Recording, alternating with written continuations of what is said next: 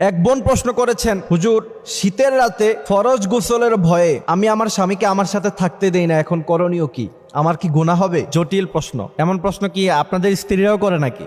কঠিন এক প্রশ্ন করছে এক বোন, আমাদেরকে প্রশ্নটা করেছে, সেটা আমি কোট করে রেখেছি। সে প্রশ্ন করছে যে হুজুর, ফজরের নামাজ যেহেতু আমাকে পড়তে হয় আর স্বামী স্ত্রী একসাথে থাকলে তো অবশ্যই ফরজ গোসল করতে হয়, সেক্ষেত্রে শীতের রাতে তো ফরজ গোসল করতে কষ্ট।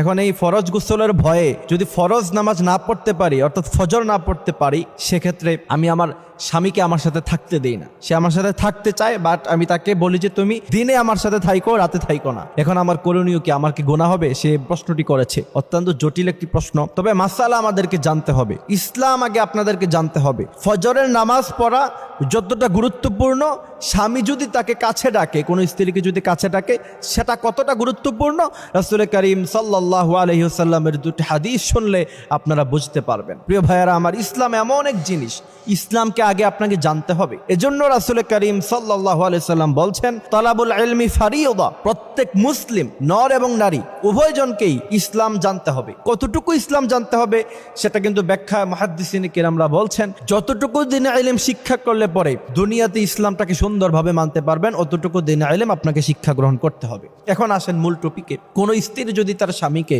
রাতের বেলায় ফরজ গোসলের ভয়ে এবং ফজরের নামাজ মিস হয়ে যাবে এজন্য তাকে রাতে যদি একসাথে থাকতে না দেয়, এটা কতটুকু যৌক্তিক সেটা রাসূলের হাদিসের দিকে তাকালে আমরা বুঝতে পারবো। রাসূল করিম সাল্লাল্লাহু আলাইহি ওয়াসাল্লাম বলছেন, পৃথিবীর সমস্ত মেয়ে লোকেরা শোনো, তোমাদের স্বামীদের মর্যাদা এত বেশি আমি দিয়েছি, পৃথিবীতে যদি আল্লাহ সুবহানাহু ওয়া তাআলার পরে অন্য কাউকে সিজদা করা জায়েজ হতো, পৃথিবীর সমস্ত মেয়ে লোককে বলতাম তোমরা তোমাদের স্বামীদের পায়ে সিজদায় লুটিয়ে পড়ো। এই জন্য রাসূল করিম সাল্লাল্লাহু আলাইহি ওয়াসাল্লাম অন্য এক হাদিসের বর্ণনায় বলছেন, তোমাদের কোন স্বামী যদি তোমাদেরকে মিলন করতে অথবা সে তার জরুরতে তোমাদেরকে যদি ডাকে, এমন সময় তোমরা যদি খাবার রান্না করা অবস্থায় থাকো, অর্থাৎ একটা মেয়ে লোকের সবচেয়ে সেনসিটিভ জায়গা কোথায়? যখন সে রান্না করে, যখন সে রান্নাঘরে থাকে, সেখান থেকে সে অনেক দূরে যেতে পারে না, কারণ খাবার নষ্ট হয়ে যেতে পারে, খাবার পোড়া হয়ে যেতে পারে, তখন পুরো খাবারটাই নষ্ট হয়ে যাবে।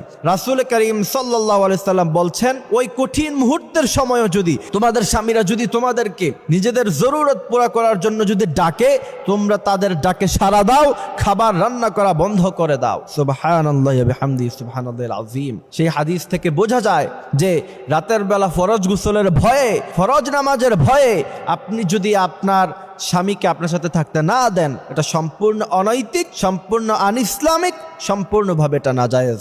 এরপরে আরেকটা হাদিস শোনাই। রাসূল করিম সাল্লাল্লাহু আলাইহি সাল্লাম বলছেন, কোন স্বামী যদি তার স্ত্রীকে জরুরতের জন্য ডাকলো আর তার স্ত্রী সুস্থ থাকার পরেও সাড়া দিল না, রাসূল করিম সাল্লাল্লাহু আলাইহি সাল্লাম বলছেন সারা রাত ফেরেশতারা তার উপরে লানত নাজিল করতে থাকে, আর এই অবস্থায় যদি মৃত্যুবরণ করে সোজাসুজি সে জাহান্নামে চলে যাবে। এই জন্য প্রিয় ভাইয়ারা আমার, আমাদের এই দুটি হাদিস থেকে আমরা যেটা বুঝতে পারলাম, রাতের বেলায় ঠুনকো অজুহাত দেখে স্বামীকে দূরে ঠেলতে পারবেন না, এটা কোনোভাবেই জায়েজ হবে না।